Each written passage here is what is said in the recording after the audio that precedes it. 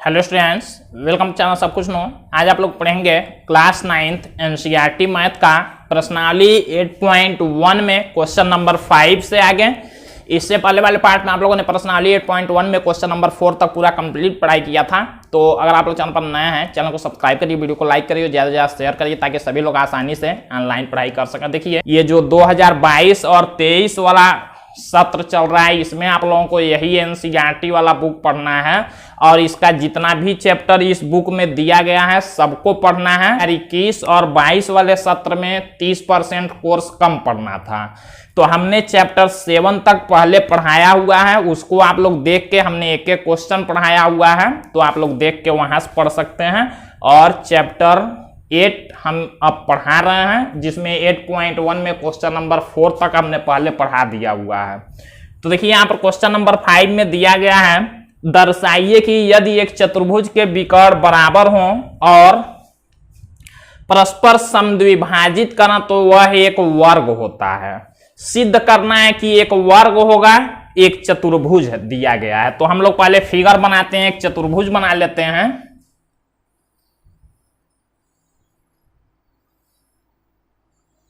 हम लोग वर्ग जैसा चतुर्भुज बनाएंगे क्योंकि इस चतुर्भुज को हमको सिद्ध करना है कि ये एक वर्ग होगा। मान लीजिए ABCD हमने एक वर्ग बना लिया। इसमें देखिए कह रहा है इसके विकर्ण बराबर हों और परस्पर समद्विभाजित करना। हम लोग इसमें एक विकर्ण खींचेंगे AC और एक खींचेंगे BD। ये दोनों विकर्ण मान लीजिए यहाँ बिंदु O पर प्रतिच्छेद कर रहे हैं, तो कह रहा है कि एक दूसरे को समद्विभाजित करते हैं। समद्विभाजित मतलब ये दोनों बराबर होंगे और ये दोनों आपस में बराबर होंगे, ये कहा गया है। और ये विकर्ण भी दे दिया गया है, बराबर है। तो सबसे पहले हमने बताया था आप लोगों को लिखने का तरीका। सबसे पहले यहाँ लिखते हैं ज्ञात है, हेडिंग यहाँ लिखते हैं ज्ञात है।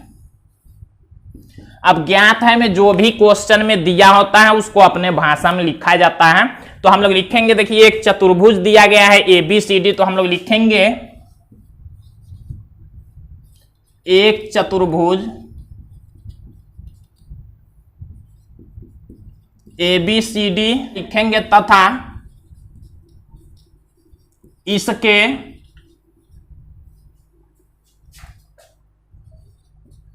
दो बराबर तथा एक दूसरे को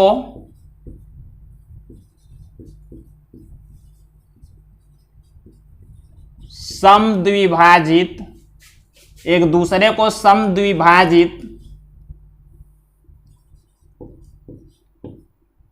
करते हुए विकर्ण AC और BD, AC और BD। देखिए हमने इसको क्या लिखा, एक चतुर्भुज ABCD दिया गया है तथा इसके दो बराबर विकर्ण बराबर तथा एक दूसरे को समद्विभाजित करते हुए विकर्ण AC और BD, ये क्वेश्चन में दिया गया है। दूसरे नंबर पर हम लोग हेडिंग लिखते हैं सिद्ध करना है। ये सब लिखना हमने आप लोगों को चैप्टर 6 और 7 में बताया हुआ है, तो वहां पर आप लोग जाकर देख सकते हैं। सिद्ध करना है हमें, ये लिखेंगे ABCD एक वर्ग है, यही सिद्ध करना है। लिखेंगे ABCD एक वर्ग है, ये हम लोगों को सिद्ध करना है। रचना कुछ करना नहीं है, तो हम लोग यहां लिखेंगे हेडिंग प्रमाण और यहां से हल करना शुरू करेंगे। देखिए, जब भी हमको सिद्ध करना होगा कि ये वर्ग है, तो वर्ग में क्या होता है, हमको ये सिद्ध करना है कि ये चारों भुजाएं बराबर होंगी।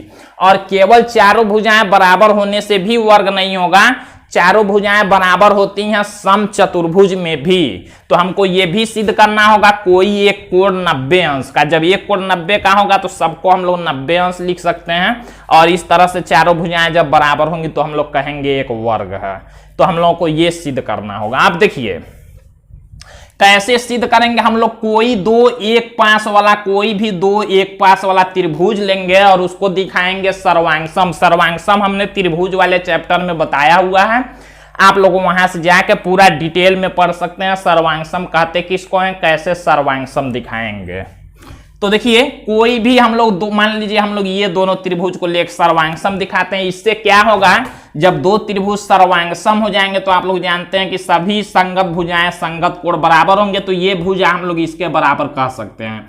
इसी प्रकार इसके बराबर ये, इसके बराबर ये, इसके बराबर ये लिखेंगे और ये पूरा बराबर हो जाएगा। तो इस तरह से हम लोग कोई भी दो पास वाला त्रिभुज लेके और हल कर सकते हैं। हम लोग ये दोनों त्रिभुज को लेंगे और सर्वांगसम दिखाएंगे, लिखेंगे। देखिए इस त्रिभुज का नाम हो जाएगा AOB, लिखेंगे त्रिभुज AOB तथा त्रिभुज, इस वाले त्रिभुज को लिखेंगे BOC, त्रिभुज BOC में। अब इस दोनों त्रिभुजों में हम लोगों को क्या करना है, सर्वांगसम दिखाना है। तो तीन चीजें बराबर होनी चाहिए। एक बात आप लोग और याद रखेंगे, जब भी दो किसी चतुर्भुज के दोनों विकर्ण बराबर हो, क्वेश्चन में देखिए बराबर दिया गया है, और एक दूसरे को समद्विभाजित करते हो, तो आप लोग एक बात याद रखेंगे, वो हमेशा समकोण पर समद्विभाजित करेंगे। ये आप लोग याद रखेंगे। समकोण मतलब 90 अंश के कोण पर समद्विभाजित करेंगे। ये भी 90 होगा, ये भी 90, ये भी 90, ये भी 90, ये आप लोग याद रखेंगे। और उसको हम लोग कह देंगे समांतर चतुर्भुज। जब भी दो विकर्ण बराबर हों और एक दूसरे को समद्विभाजित करें तो उस चतुर्भुज को हम लोग समांतर चतुर्भुज भी कह सकते हैं। और ये समकोण पर समद्विभाजित करेंगे, ये आप लोग याद रखेंगे। अब इन दोनों त्रिभुजों में हमको तीन चीजें बराबर दिखानी है, तो देखिए क्या क्या दिखा सकते हैं। एक तो AO के बराबर हो जाएगा OC, क्योंकि क्वेश्चन में दिया गया विकर्ण समद्विभाजित करते हैं, मतलब दो बराबर भागों में बांटते हैं। दूसरा ये OB दोनों त्रिभुज में होगा, इस वाले में भी, इस वाले में भी, तो ये उभयनिष्ठ हो गया। और तीसरा 90 अंश का कोण यहां भी, 90 अंश का कोण यहां भी, तो यही तीन चीजें बराबर हम लोग लिखते हैं। AO बराबर OC, AO बराबर OC। कारण यहां लिखना होता है, तो कारण क्या लिखेंगे, क्वेश्चन में दिया गया तो हम लोग लिखेंगे ज्ञात है, दिया गया है, समद्विभाजित करते हैं। 90 अंश ये भी, 90 अंश ये भी है, तो AOB बराबर BOC। कोण को लिखना है तो लिखेंगे कोण AOB बराबर कोण BOC। ये भी ज्ञात है, समकोण है, लिखेंगे प्रत्येक 90 अंश, प्रत्येक 90 अंश। अब देखिए तीसरा हम लोग ये लिख सकते हैं OB बराबर OB, दोनों त्रिभुजों में है, तो हम लोग लिखेंगे OB बराबर OB और इसको लिखेंगे उभयनिष्ठ। उभयनिष्ठ मीन्स कॉमन, दोनों में जो होगा। अब तीन चीजें दोनों त्रिभुज में बराबर हो गई, तो हम लोग कह सकते हैं दोनों त्रिभुज सर्वांगसम होंगे, लिखेंगे इसलिए त्रिभुज AOB सर्वांगसम हो जाएगा किसके, त्रिभुज BOC के। और किस रूल से, तो देख सकते हैं आप लोग, भुजा कोण भुजा द्वारा, SAS द्वारा। अब तीन चीजें बराबर होंगे, त्रिभुज सर्वांगसम हो गया, तो हम लोग क्या कह सकते हैं, AB के बराबर कह सकते हैं BC है, हम लोग लिख सकते हैं इसलिए AB बराबर BC। कारण क्या लिखेंगे, जब सर्वांगसम हो जाता है तो लिखते हैं CP CT द्वारा, इसको भी हमने बताया हुआ त्रिभुज वाले चैप्टर में। अब इस तरह से जब AB बराबर BC हो गया तो हम लोग लिख सकते हैं, जब ये अगर दोनों त्रिभुज लेंगे तो BC बराबर CD, ये दोनों त्रिभुज लेंगे तो CD बराबर DA, और इस तरह से सभी बराबर हो गए एक दूसरे के। तो हम लोग लिख सकते हैं इसी प्रकार, अब पूरा नहीं हमको सिद्ध करना होगा, हम लोग लिख लेंगे इसी प्रकार, लिख लेंगे इसी प्रकार। AB बराबर BC हो गया तो BC बराबर CD, BC बराबर CD और CD बराबर DA तथा CD बराबर DA। अतः अब हम लोग क्या लिख सकते हैं, AB BC CD DA सब बराबर हैं, अतः हम लोग लिख सकते हैं AB बराबर BC बराबर CD बराबर DA। ये तो हो गया, इसको हम लोग बना लेते हैं समीकरण 1। क्यों, क्योंकि अभी देखिए सभी भुजाएं बराबर हो गई, लेकिन हम लोग ये नहीं कह सकते हैं कि ये क्या है, ये वर्ग है अभी नहीं कर सकते हैं, हमको कोण भी कोई दिखाना होगा 90 अंश। तो देखिए हम लोग एक और देखेंगे फिर से सर्वांगसम दिखाना। कौन कौन सा त्रिभुज लेंगे? जो त्रिभुज ये वाला देखिए ऐसे हम लोग डबल लाइन कर रहे हैं इसको, ये वाला जो त्रिभुज आप लोग देख रहे हैं बना हुआ है ABD, और एक इसी तरह का त्रिभुज इधर बना हुआ है ABC, देख रहे हैं आप लोग ये वाला त्रिभुज। तो इन दोनों त्रिभुजों को हम लोग लेके अगर हम लोग दिखा देते हैं सर्वांग सम, तो हम लोग कह सकते हैं ये कोण बराबर हो जाएगा इस कोण के, और ये दोनों होते हैं क्या? अंतः कोण, क्योंकि ये समांतर चतुर्भुज भी है। जब दो समांतर रेखाओं को एक रेखा काटे तो इस दोनों को अंतः कोण कहते हैं, और दोनों का योगफल 180 होता है। वहां से हम लोग सिद्ध करेंगे 90 अंश। तो हम लोग ले लेते हैं त्रिभुज ABD, हम लोग लिखेंगे अब त्रिभुज ABD तथा त्रिभुज ABC में अब इसमें हम लोगों को 90 अंश दिखाना है किसी एक कोण को। तो देखिए इस दोनों त्रिभुजों को जब हम लोग सर्वांगसम दिखाएंगे तो क्या क्या बराबर कर सकते हैं, ये देखिए हम लोग लिख सकते हैं इस AD भुजा के बराबर ये BC होगा। क्यों? क्योंकि अभी हमने दिखाया है, देखिए AD BC सब एक दूसरे के बराबर हो गए, हमने सिद्ध किया है समीकरण 1 में। तो हम लोग लिख सकते हैं इसके बराबर ये दूसरा ये वाला भुजा, ये दोनों में होगा, इस वाले त्रिभुज में भी इस वाले त्रिभुज में भी, तो ये उभयनिष्ठ हो गया। तीसरा ये AC के बराबर BD होगा, क्वेश्चन में दिया गया है विकर्ण बराबर है, तो तीनों हम लोग लिख सकते हैं। हम लोग लिखेंगे AD बराबर BC, AD को हम लोग लिख सकते हैं DA, लिख सकते हैं हम लोग DA बराबर ये BC। कारण लिखेंगे सिद्ध से या समीकरण 1 से, समीकरण 1 से। फिर देखिए दूसरा हम लोग क्या कह सकते हैं, AB बराबर AB कह सकते हैं, दोनों त्रिभुजों में होगा, तो AB बराबर AB लिखेंगे और यहां लिख लेंगे कारण में उभयनिष्ठ। तीसरा हम लोग क्या कह सकते हैं, AC के बराबर कह सकते हैं BD को, या BD के बराबर लिख सकते हैं AC को,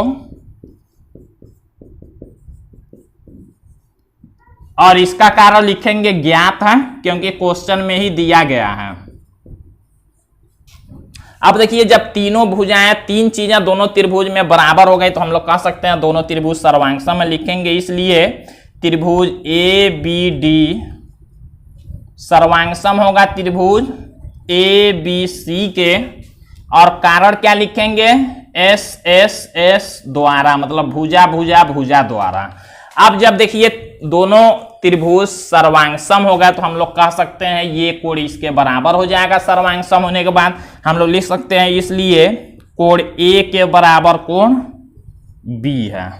इसको हम लोग बना लेते हैं, ये भी लिखेंगे CPCT द्वारा।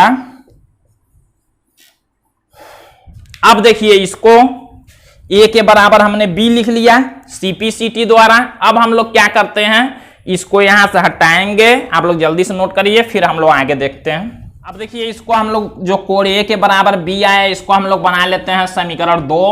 अब हम लोग क्या करेंगे, यहां देखिए AD और BC दोनों समांतर होंगे, क्यों हमने बताया, क्योंकि जब भी कोई विकर्ण किसी त्रिभुज, जब भी कोई चतुर्भुज में कोई विकर्ण दोनों बराबर हों और एक दूसरे को समद्विभाजित करें तो समकोण पर समद्विभाजित करेंगे और ये समांतर चतुर्भुज होगा। तो AD और BC एक दूसरे के समांतर होंगे, हम लोग लिखेंगे चूंकि AD समांतर होगा BC के, और जब समांतर है तो एक बात ये याद रखेंगे कि A और B दोनों अंतः कोण होंगे और इनका योगफल 180 होगा। हम लोग लिखेंगे इसलिए कोण A प्लस कोण B बराबर हो जाएगा 180 अंश। लिखेंगे अंतः कोण, अंतः कोणों का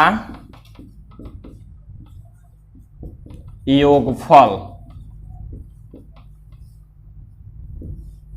अब देखिए A प्लस B बराबर 180, जबकि समीकरण 2 में आप लोग देख रहे हैं A और B दोनों बराबर हैं, तो हम लोग A की जगह पर B लिख सकते हैं। तो यहां लिखेंगे कोण B प्लस कोण B बराबर 180 अंश। B और B जोड़ेंगे तो 2 कोण बी बराबर हो जाएगा 180 अंश, और देखिए 2 इधर गुणा में इधर आएगा तो भाग करेगा, तो कोण बी बराबर हो जाएगा, जब 2 भाग करेगा इधर तो हो जाएगा 90 अंश। तो देखिए कोण बी आ गया 90 अंश। अब जब ये कोण 90 आ गया तो सभी 90 अंश के हो जाएंगे, और जब 90 अंश के हो गए हम लोग इसको बना लेते हैं समीकरण 3। अब देखिए समीकरण 1 और समीकरण 3 से हम लोग क्या कह सकते हैं, समीकरण 1 में हमने सिद्ध किया कि चारों भुजाएं बराबर हैं, और समीकरण 3 में हमने सिद्ध कर लिया कोण भी 90 अंश का है, इसलिए हम लोग कह सकते हैं ABCD एक वर्ग है। हम लोग लिखेंगे अतः समीकरण 1 व 3 से हम कह सकते हैं कि ABCD एक वर्ग है। यही हम लोगों को सिद्ध करना था, यहां लिखेंगे प्रूव्ड।